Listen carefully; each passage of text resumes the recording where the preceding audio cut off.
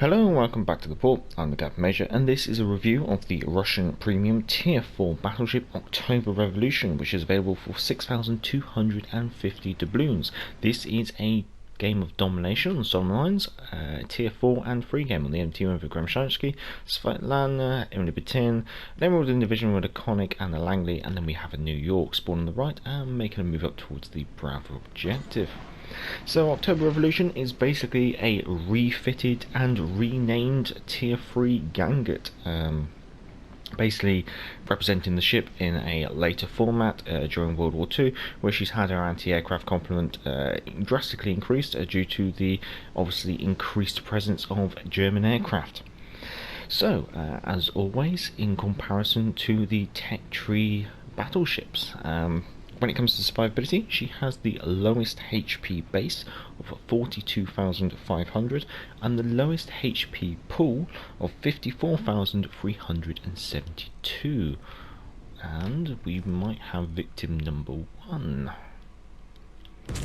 The guns are quite accurate. She has the joint lowest torpedo reduction of only 10% as well. When it comes to the armour, always best to go back to the port and have a look at that armour view. So back in the port and taking a look at the armour scheme of the October Revolution. I guess first of all start off with the bow and the stern. You'll note that, if I just isolate them, the bow looks incredibly strange. She has this random section of only like 19mm plating, and then she's got like a more substantial section behind that. It's really quite a strange one. I mean, she has the ability to absorb damage from pretty much anything, and then at the same time she's also got the capability to ricochet any AP when angled. She's also got, when you look down, she's also got these really tiny thin slivers of that 19mm plating. So the bow and the stern, well, the bow looks really strange. When it comes to the stern, again, the stern's got this like central section which is covered in that very thin plating, but then she's also got a lot of that thicker plating surrounding it. So depending where she's hit, she's either going to take damage or bounce it, which seems quite strange. Considering she's always going to be angled, I guess that's going to be advantageous. I guess that then brings to what's going to be behind the bow and the stern. And so when you look at that, she's got quite a lot of thick armour, which would probably be where any shells that come through those thin sections actually would hit, so that's not too bad, I guess you could say. So let's just jump on to say the superstructure. Superstructure is your classic thin plating all over, 13mm, so it's going to be harvestable for low caliber shells. However, there's not a lot of it there, so it means that she might be more immune from HE spam in comparison to other battleships which do have larger superstructures. Let's take that away then. Moving on, obviously we have the torpedo bow, which is 25mm. This is basically your protection against torpedoes. It's quite low in the water, so whether that could have some potential effect in future, I'm not sure, but let's take that away now. Also, we can now take a look and see she has a turtleback armor scheme, but it's quite steeply angled, so I'm not quite sure how effective that is going to be, but it's interesting to note that it is there. Going on to the upper armoured belt, very thick all over, practically capable of bouncing practically any shell of any caliber. The deck is capable of ricocheting AP of any caliber, also able to resist 8-inch high explosives, so again that makes her more immune from HE spam because she's not going to be penetrated by HE as much, so that's quite worth mentioning. So she's going to be quite resistant to low caliber shells, I guess you could say. It's only if she gets caught broadside on, I think it's going to be the big issue for her, because obviously that will help the penetration factors of AP shells. If we take that away, so that just leaves the turrets. It's amusing to see the turret barbettes don't actually go all the way down to the Citadel, so that's a strange one, but they are covered in quite a lot of thick plating, so they're going to be quite resistant turrets to being incapacitated, I guess you could say. Now the Citadel, this is potentially quite scary. First of all, it's at the water level and below, so that's good. However, That's not a lot of plating on the side. That's only 19mm on either side, only 12mm on the top. She does have 50mm bulkheads, which is fair enough. That's going to stop anything that does come through the balance stone, but that is quite scary considering that anything that does come through the side is going to be going into that citadel if it comes at an angle. So let's bring this armor back up, and so we'll scrutinize this a bit more because this is going to be more of your real protection for your citadel. So your outer armored belt is 125 to 225mm, and then you have an inner armored belt, and if we select that, that is up to 38mm thick. Now this actually makes the turtle back from that angle, so the turtle back angle changes over the proportion of the ship. At the rear, that's quite a nice turtleback, I'd say. That's got quite a good chance of ricocheting shells when you're close in.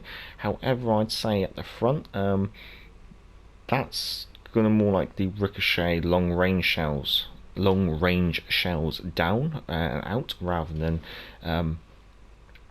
up into the upper superstructure, upper armored belt area. So it's interesting to just note that, really.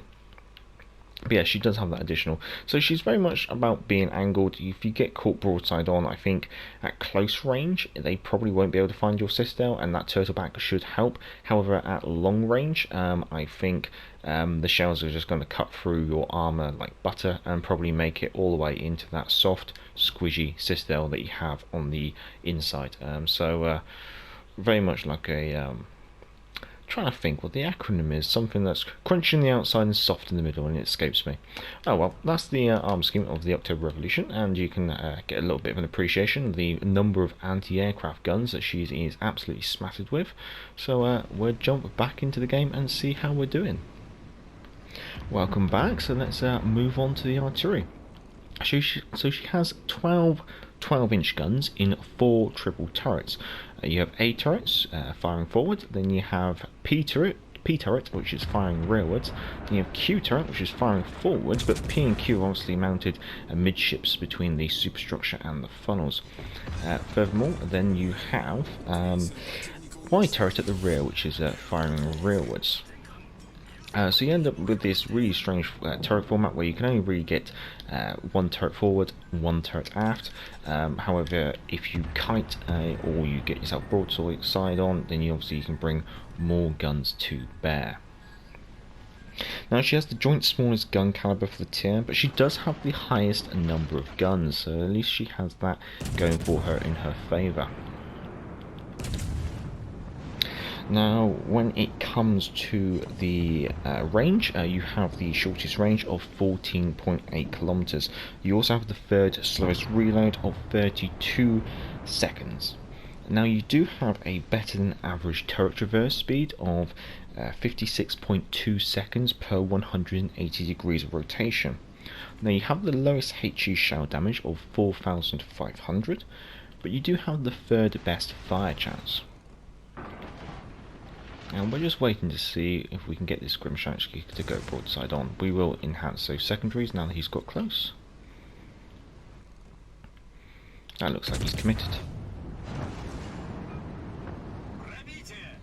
So we'll just see if we can try and dodge these torps, if they exist. There's one launcher, there's 2 launchers.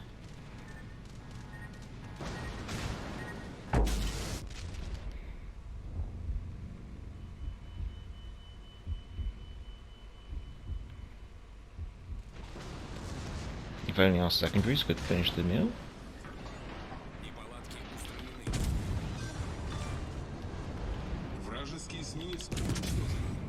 Right, I think I'm going to be having to have a dance with these gentlemen over here, so might start maybe angling away. So I think we just mentioned she has the lowest HE shell damage of 4,500. She's also got the third best fire chance of 33%. She also has the second lowest AP shell damage of 8,600. However, due to those number of guns, she does have the second best HE and AP DPM. She's also got the second highest fires per minute.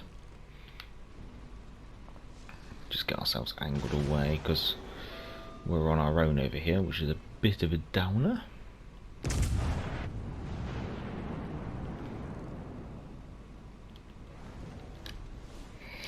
Now, when it comes to manoeuvrability, she's the third slowest at 23 knots. She's also got the fourth smallest turning circle of 630 meters, and the third fastest rudder shift of 12.6 seconds. When it comes to the concealment, she has the joint smallest detectability of 13.6 kilometers by sea, also 10.6 kilometers by air. She's also the best from smoke as well, which is 10.1 kilometers. Now, when it comes to the consumables, obviously she's got some repair parties, but she's only got 2 of those base, which is a bit of a downside, really. So she has a limited capability of repairing damage. It's less than other nations, it should be mentioned.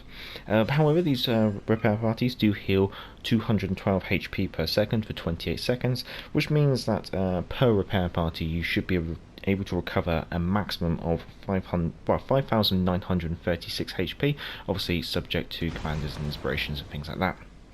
She's also got the classic Russian damage control party, I guess you could say, which is the limited number but short reload. So these damage control parties have a 10-second duration. However, they have a 40-second reload, so you can use them quicker after each other, I guess you could say. However, limited number does mean that you could potentially run out if you use them too enthusiastically, I guess you could say.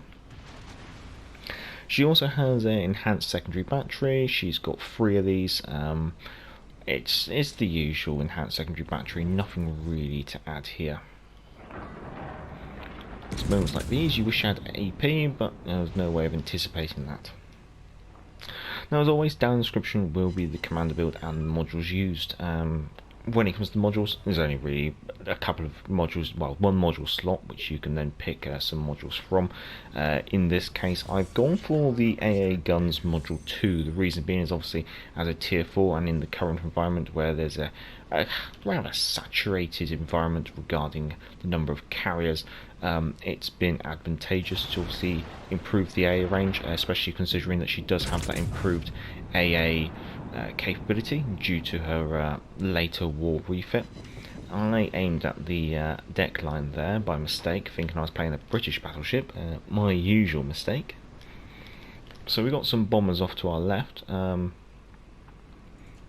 However, they don't appear to be coming after us. If they do come for us, then we probably want to stay or get ourselves broadside onto those bombs rather than giving him the length of our ship in order to engage us from.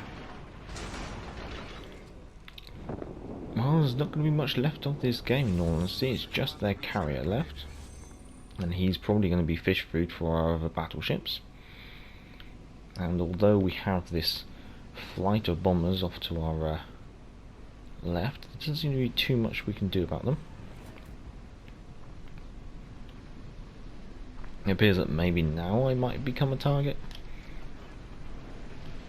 So we might as well sit back, relax, and see how the AA opens up. So, in regards to the ship and her capabilities, she seems to be a very capable battleship. Because that volley, well, that amount of guns that she can carry and stuff, she seems to be quite capable in those regards. And yeah, I haven't really been able to fault her, I guess you could say. She's been quite enjoyable to play, although at times she feels very strong, I guess you could say. Well, let's see what we got there. We managed to get ourselves 51,000 damage. Managed to get first blood on that cruiser, which was quite nice, getting 2 kills, one of those being the Gremshansky. And yeah, all in all, can't really complain about that from 41 hits. Coming second on the team with 2 kills, with our Hocknick coming in first with 4 kills. He did very well, jolly good show. And economy wise, obviously, it's tier 4, so the ship service cost is right down at 20,000 credits here. And then when you consider that she's a premium, and so she's going to have that ability to have an increased credit earning potential, and then also with a premium count being able to walk away with 148,000 credits, so you can't really complain about that. I mean, there's not a lot of tier 4 premium ships at the end of the day, so if you need one, she's not a bad choice, I have to confess.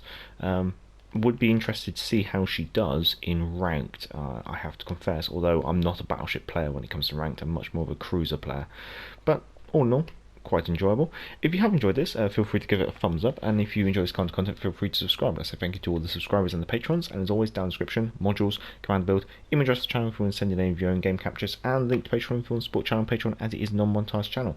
Until next time, I'm Gareth Major, and back to the port. Hey, hey, clear the way! way, here comes the galloping major. Bumpity, bumpity, bumpity, bump.